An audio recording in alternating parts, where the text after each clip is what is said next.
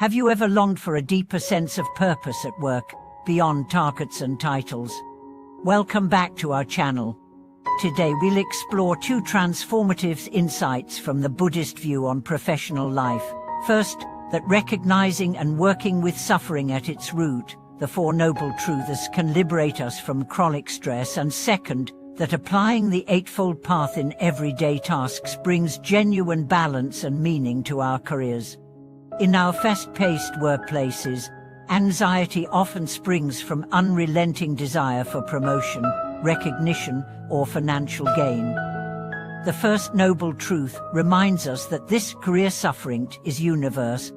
Missed deadlines, tough feedback, office politics, these pressures are part of the human condition. But the second truth teaches that clinging to desires and expectations intensifies our inner turmoil. By seeing how attachment to achievements breeds tension, we open the door to relief. The Third Noble Truth assures us that release is possible. Letting go of the need to control every outcome eases our stress and restores mental clarity. And the fourth truth points the way: the Eightfold Path, beginning with right view and right intention, equips us with practical skills to transform our relationship with work. Consider Emma, a project manager whose days were consumed by back-to-back meetings and inbox overflow. She began a daily ritual before logging on. She took 3 mindful breaths, noting her intention to act with patience and honesty throughout the day. Mid-meeting, when frustration bubbled, she silently labeled it "Yinga" and returned focus to the agenda. By afternoon, her mind felt more spacious, her decisions more composed, proof of how right mindfulness and right effort can recalibrate our work rhythm.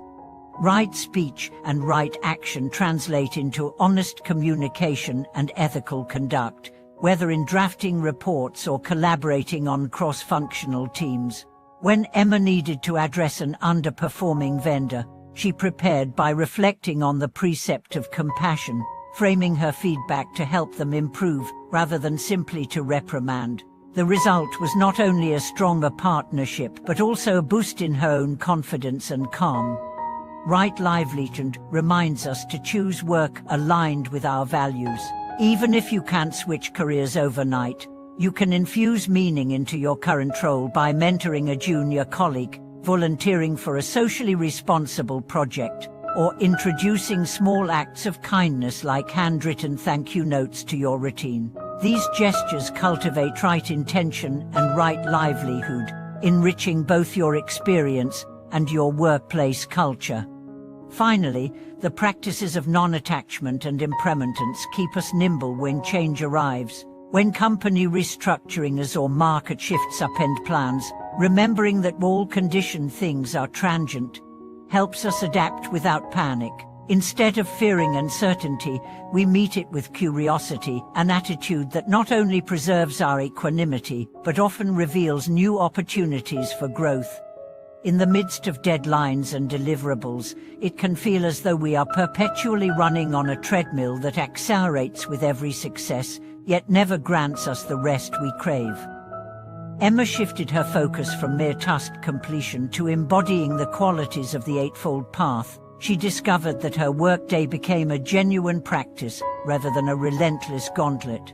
Each time she paused to breathe, to observe the rising of tension without judgment, she reclaimed a moment of freedom amidst the chaos.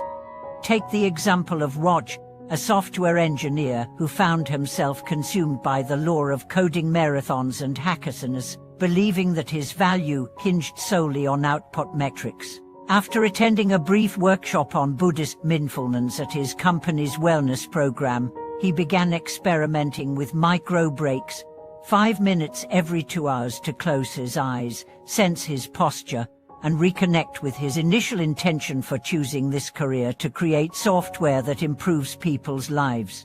Over weeks, Raj noticed a subtle but profound shift. His bug rate declined, his creativity blossomed, and even his collaboration with teammates flourished, because he engaged them with genuine praise and phytics.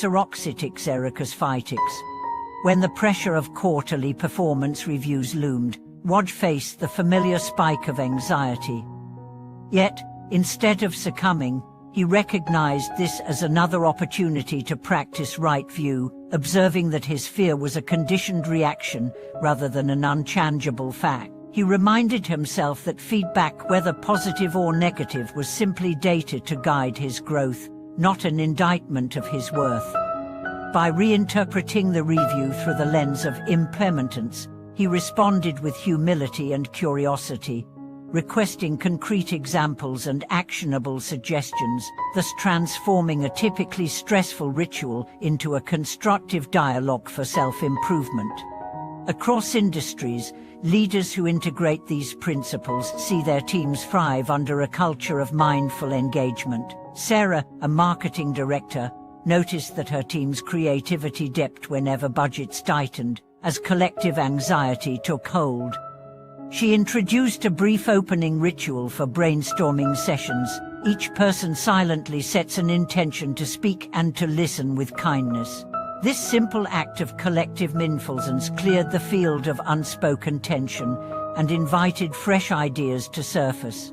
What once felt like perfunctory meetings evolved into vibrant collaborations, yielding campaigns that resonated more deeply with their audience and delivered measurable impact. The ripple effects extend beyond individual teams to organizational culture itself. Companies that embrace rest as part of productivity, encouraging employees to unplug after work hours or to take mindful lunch breaks, report higher retention and lower burnout rates. In one case study, a multinational firm that piloted Mindful Mondays, where the first half hour of the week was devoted to silent reflection or group meditation, so employee engagement scores soar by double digits over a 6-month period. When people feel seen and supported as whole individuals rather than cogs in a machine, their loyalty and performance naturally deepen. Amidst constant connectivity, the precept of right effort reminds us to guard where we direct our energy. We might yearn to be active on every social platform, to reply instantly to every message, to attend every optional meeting, but such ambition often diffuses our focus and undermines our well-being. Instead, we can choose a handful of activities that align with our deepest values, whether mentoring a colleague, contributing to a pro bono project, or simply offering genuine appreciation to a teammate, and devote our best energy there. This selective devotion creates pockets of calm excellence rather than scattered stress. Ultimately, viewing our careers through the Buddhist framework transforms every challenge into an invitation for awakening. A tough negotiation becomes a lesson in right speech, guiding us to speak truth with compassion.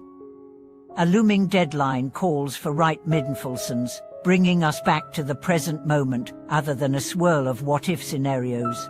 A conflict with a co-worker offers an opportunity to practice non-clinging and compassion, recognizing that we all suffer and strive in our own ways. By weaving the Four Noble Truths and the Eightfold Path into our professional lives, we shift from merely surviving the workweek to thriving within it. Each email, each meeting, each project becomes a thread in the tapestry of our awakening. As we embody these teachings, we discover that the boundary between work and practice dissolves, and that true fulfillment rises when our external responsibilities and our inner journey move in harmony. Thank you for watching this video. If these insights into navigating modern careers from a Buddhist perspective resonate with you, please share your experiences and reflections in the comments below, and remember to like and subscribe to support the channel.